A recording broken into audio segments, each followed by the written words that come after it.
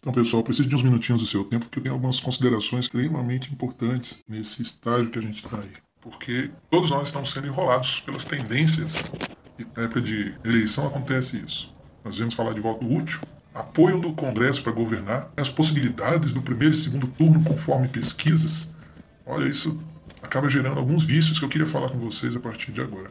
E os minutinhos de vocês para vocês possam abrir um pouco a guarda, né? Porque tá difícil mesmo acreditar nessas falácias que tem aí pela internet. Mas me dê essa chance de falar essas coisas. Fica tão revoltado, né? Indignado com tanta coisa. Mas estamos num momento ímpar do futuro de nosso país. Veja bem, todos conhecem Bolsonaro, Fernando Haddad, Ciro Gomes, Alckmin, Marina. Conhecemos seus partidos e alguns vão optar votar em um ou outro pelo partido ou pelo candidato. Mas geralmente a gente acaba fazendo isso, é só vocês olharem o passado, porque essas pessoas, os candidatos ou os partidos têm grande presença. Ou diante das pesquisas, né, eles estão na frente, no topo da lista, ou estão presentes na mídia. Aquela coisa que a gente já conhece muito bem. Agora, acredito que todos nós estamos decepcionados, inseguros, e temos a opção de não votar. Mas isso não vai resolver muito, né? Então é para escolher alguém que está naquela lista lá, que talvez seja o menos pior, e a gente fica torcendo para que, dependendo talvez de um milagre, esse candidato possa cumprir o que está prometendo. Depois das eleições, a gente abandona, né? A gente fica talvez com aquele sentimento do é melhor esse que eu votei do que o outro, e acaba por aí. O que eu quero mostrar é que tem algumas pessoas, alguns candidatos, que têm alguns princípios bons. Eu digo até assim que tem alguns partidos que têm princípios bons, só que eles são pequenos. Só que a gente não dá atenção, a gente não liga muito para eles, porque, poxa, mesmo que ele seja eleito, ele não vai ter força no Congresso. Mais para frente eu vou falar essa questão da força no Congresso. E com isso, né, a gente já pensa assim, ele não vai conseguir aprovar nenhuma medida, ele vai governar sozinho. Isso é verdade, mas não é absoluta. Qualquer candidato que tenha sido eleito pela maioria do povo deveria representar esse povo. E nós, né, povo, com nossas necessidades, somos a maioria que elegeu, nós temos o direito e a obrigação, aí que vem um detalhe, temos a obrigação de requerer e exigir os nossos direitos, coisa que o brasileiro não faz. E quando faz, faz do jeito errado. Eles foram eleitos por nós, correto? Então, representando, eles não têm que estar votando lá porque o presidente me deu uma vaga como diretor de um órgão público, ou como ministro, ou o partido recebeu uma cadeira de ministro. Logo, esse partido vai votar em peso nesse projeto do presidente. Não é por isso que ele está lá. A gente acaba aceitando essa ideia de tanto ouvir, mas não é isso. Ele está lá porque nós, brasileiros, colocamos eles lá. É bom lembrar disso aí. Existe uma responsabilidade deles diante do povo que colocou ele lá. E a força do povo é exatamente isso, de nos posicionarmos como espectadores das ações desses homens. Exigirmos que, no mínimo, ele cumpra o que foi falado no seu programa. Tem uma verdade, é que se por acaso tivesse aquele candidato bom, focado no que o povo deseja, ele levantasse lá a bandeira e falasse, não, é o seguinte, está errado, tem que ser assim, ele ia ser massacrado. Agora, se nós, povo, tivéssemos por trás dele, dando o apoio que ele precisa, as coisas seriam diferentes. De que jeito? Desse jeito que eu acabei de falar. Com uma petição, com manifestações, é só a gente estar ligado, coisa que o brasileiro não costuma fazer. Na Constituição Federal, no artigo 5 diz que todos são iguais e é livre a manifestação do pensamento. Lá no inciso 13 do artigo 29, ele se refere à lei orgânica dos municípios, inclusive o DF, diz que os preceitos para a Constituição será por iniciativa popular de projetos de lei de interesse específico do município, da cidade ou de bairros através de manifestação de pelo menos 5% do eleitorado. É uma quantidade pequena, né? Mas eles já podem fazer a diferença no que eles querem. Isso nos dá, então, o direito de propor projetos e nos manifestarmos. O problema é que esse dispositivo é usado por poucas pessoas e classes e grupos que se organizam para requerer direitos que às vezes afetam o cidadão de bem, o trabalhador, as famílias de bem. E sabe por quê? Porque eles se organizam. Deputados, senadores, como representantes que a gente já viu aqui, eles são obrigados a atender essas necessidades. Eles acabam votando para favorecer esses pequenos grupos, porque não existe outro grupo se opondo àquilo que eles estão propondo. Se tivesse, por exemplo, dois grupos falando coisas diferentes, entregou o projeto ou se manifestou com pensamentos diferentes, eles teriam que decidir lá até chegar a uma resolução, uma solução.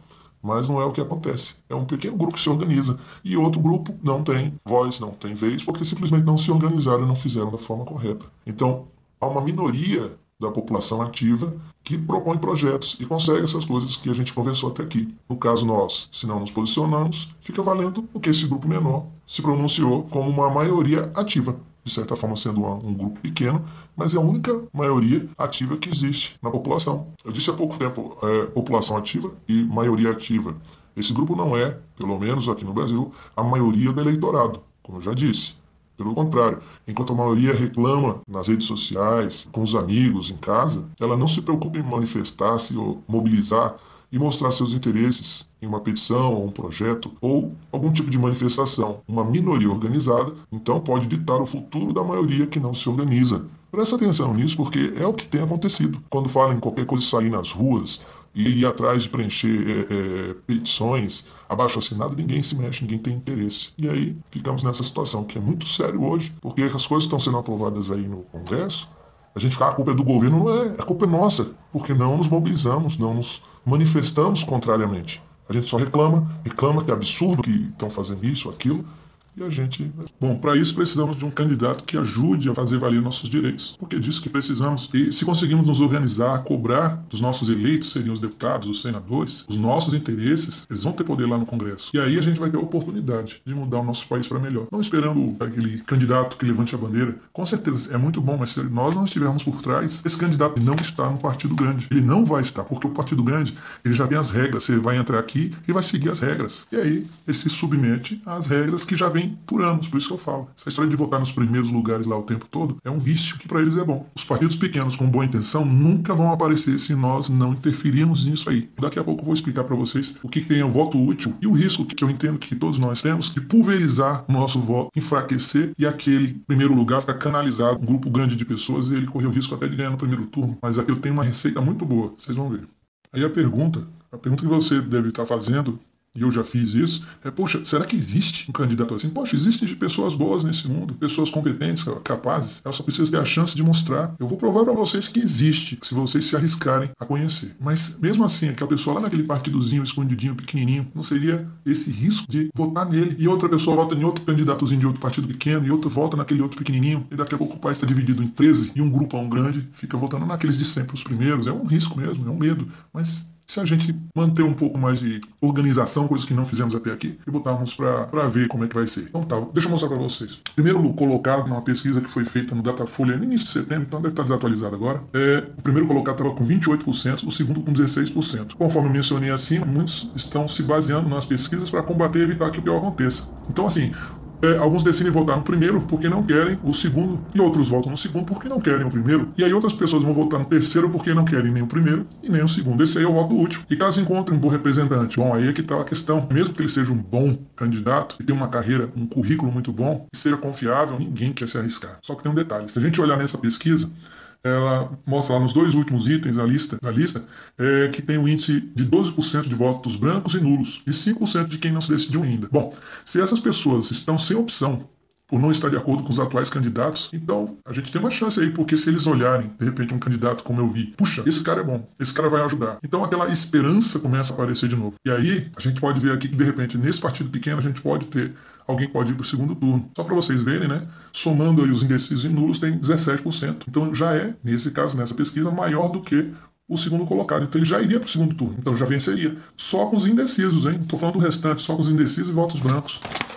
Sem a pontuação que ele já receberia, que ele já tem recebido, né? Provavelmente. Mas nós precisamos, pelo menos, dar a chance, né, dessa possibilidade de conhecer. A gente vê as pesquisas aí, é uma coisa tudo fantasioso. A gente vê aí o horário eleitoral, é outra fantasia. Porque aquela pessoa, aquele monólogo, né? As pessoas ficam falando, não, porque eu vou fazer isso, pessoal. Que maravilha. Mas, sabe, é na conversa que as pessoas mostram quem elas são. Você pega lá, puxa, o Ciro Gomes é legal. Não tem muita coisa contra ele, não.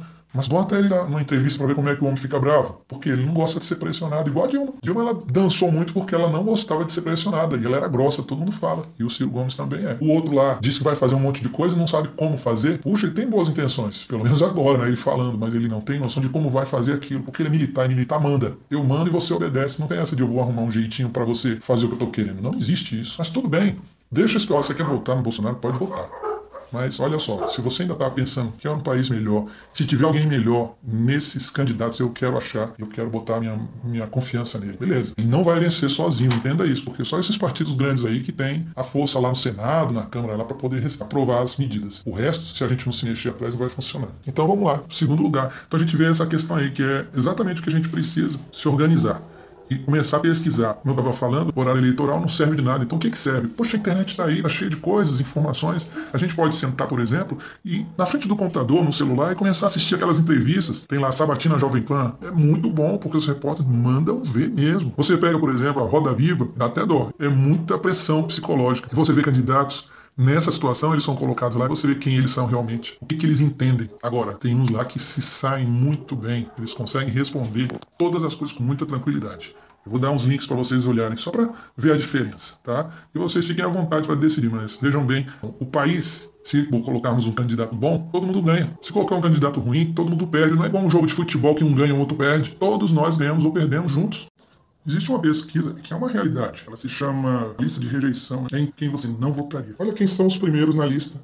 Bolsonaro, 43% não votaria nele. Marina, 32%. Haddad, 29%. Alckmin, 24%. E Ciro Gomes, 22%. Então esses são os 5 primeiros da lista em quem a população não votaria nele. Segundo a pesquisa, que pode ser algo tendencioso, mas se a gente olhar é verdade isso. As pessoas não querem o PT. Muitas pessoas não querem um militar de volta. Muitas pessoas não querem uma Marina, um Alckmin, um Ciro, não quer a esquerda mais. Então a gente vê que de fato é verdade. Só que aí, quando chega assim, a gente vê os dois lá na frente, a gente vê, poxa, 2 ruins na frente, então eu vou votar no menos pior para o pior não estar lá no lugar. E aí a gente vê um problema. Só que quando a gente olha essa situação, e a gente olha lá para cima aquelas informações que eu falei antes, dos 17%, e se tivesse, por exemplo, no segundo turno, 43% não votaria em Bolsonaro, e Marina 32%. Então a gente vê que é uma situação em que qualquer um que a gente colocar lá, sendo de partido grande ou pequeno, ele vai concorrer à altura, porque tem pessoas que não votariam nesses aí, nos 5 primeiros. Então qualquer um que vier abaixo nessa lista e for bom, ele ganha, gente. As contas são simples. Volta aí depois e presta atenção no que eu falei, vocês vão entender. Então eu acho o suficiente para entender que podemos desmistificar esta ideia que só podemos votar nos primeiros nas pesquisas usando o voto útil. Nossa, se eu não votar, usar meu voto útil, eu vou perder o candidato e aquele que eu não gosto não vai ser eleito. Não, a gente só precisa se organizar, gente. Entenda, se organizar. Se a gente perceber, puxa, esse cara é bom para todo mundo, vai ser bom para a economia, vai ser bom para mim, vai ser bom para... Puxa, vai ser legal. Então vale a pena todo mundo votar nessa pessoa, mesmo sendo de um partido pequeno. Tem a questão da filosofia, que força o eleitor a eliminar aquele candidato que não quer entrar no esquema. A gente tem um candidato aí de um partido que não quer entrar em esquema nenhum dos outros partidos.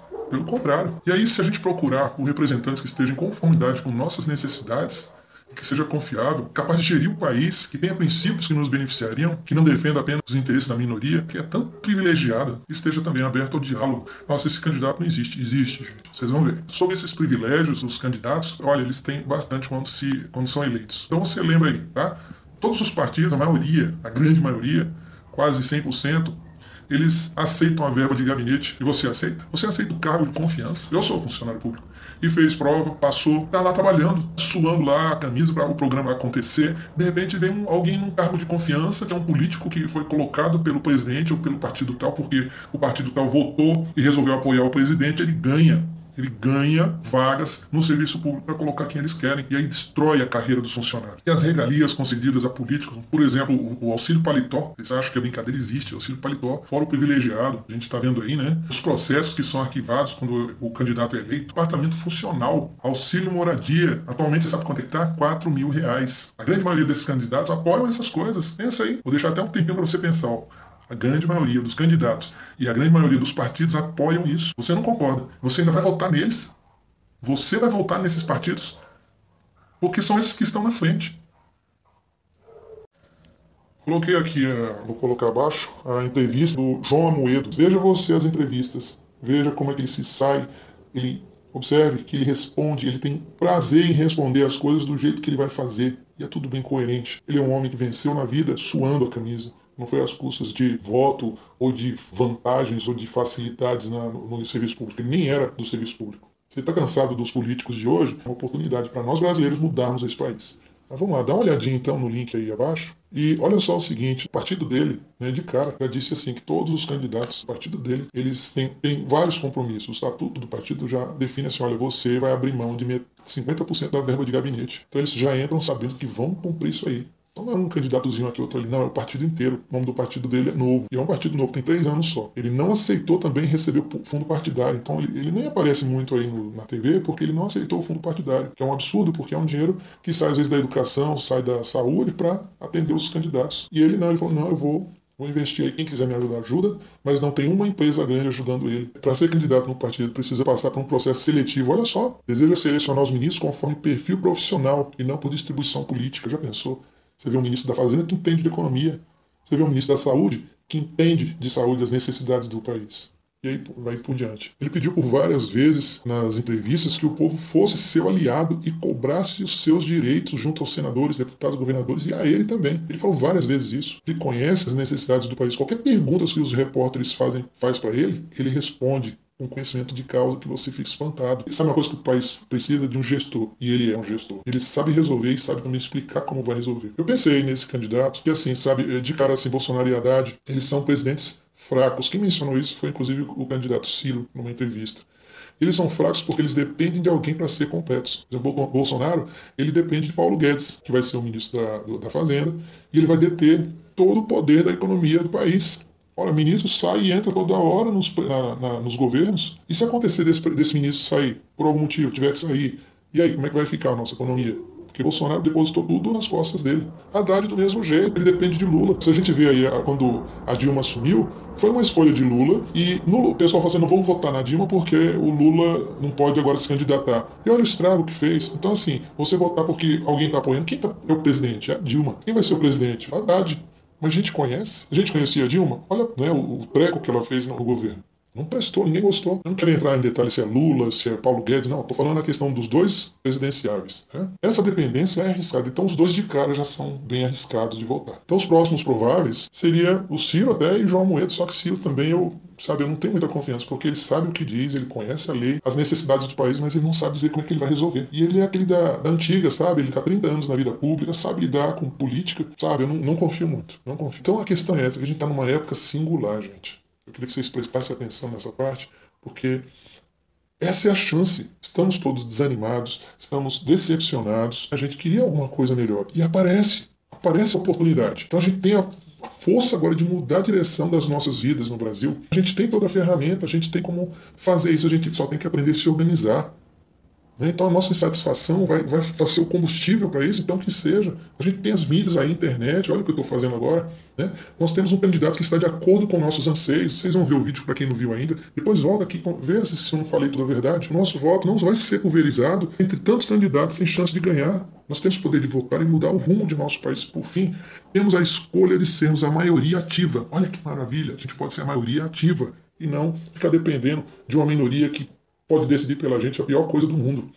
Nós juntos temos o poder de levantar a bandeira e exigir os nossos direitos. Não deixe essa história de voto útil lá para o segundo turno. Não deu certo, beleza, então no segundo turno a gente faz. Olha, porque se você colocar qualquer um lá, vai ser desses partidos que a gente já conhece, vai ser a mesma coisa de sempre. Não, vai ser Haddad, vai ser melhor do que o Bolsonaro. Eu já não estou vendo mais tanta diferença. O que tem que mudar é a gente chegar lá e exigir. O governador, só para lembrar, o governador de Brasília, candidato do mesmo partido do Novo, ele falou também que para botar administrador na cidade satélite de Brasília, ele vai fazer um processo seletivo para ver se tem capacidade para gerir uma cidade. Então, gente, olha só a oportunidade que nós temos de colocar homens bons, neutros, não ligados à política. Isso eu queria passar para vocês. Por favor, escutem essas coisas que eu estou falando, se vocês puderem aí. Coloquem aí para outras pessoas, dê sua opinião, mas não estamos num jogo de futebol. Lembro, se acontecer de escolhermos um presidente ruim, todos vão perder. Se acontecer de ser um ou outro e aquele for bom, todos vamos ganhar. O interesse nosso tem que ser esse. Sabe, a minoria que recebe vantagem, recebe dinheiro, recebe cargo, recebe emprego. O resto é isso que a gente vê todo dia. São as coisas que a gente não quer que aconteça, estão acontecendo na nossa vida porque a gente fica assim, na hora de decidir, a gente fica vendo pesquisa, quem está na frente, eu vou voltar no menos pior. Para com isso. Não é assim que a gente vai resolver o futuro do nosso país, porque enquanto tiver esses partidos na frente, não vai dar. A gente tem que mudar. Eu espero, eu oro para que vocês, assim como eu, possamos tomar essa decisão. Esse cara é bom, tá? Eu não estou ganhando nada com isso, pelo contrário. Ele falou algumas coisas que para mim, servidor público, não vai ser bom. Mas no fim da história, quando somar todas as coisas boas, eu prefiro ser desse jeito que vai ficar bom para a maioria. Vai ficar valendo o suor de cada um. O país vai crescer quando se unir.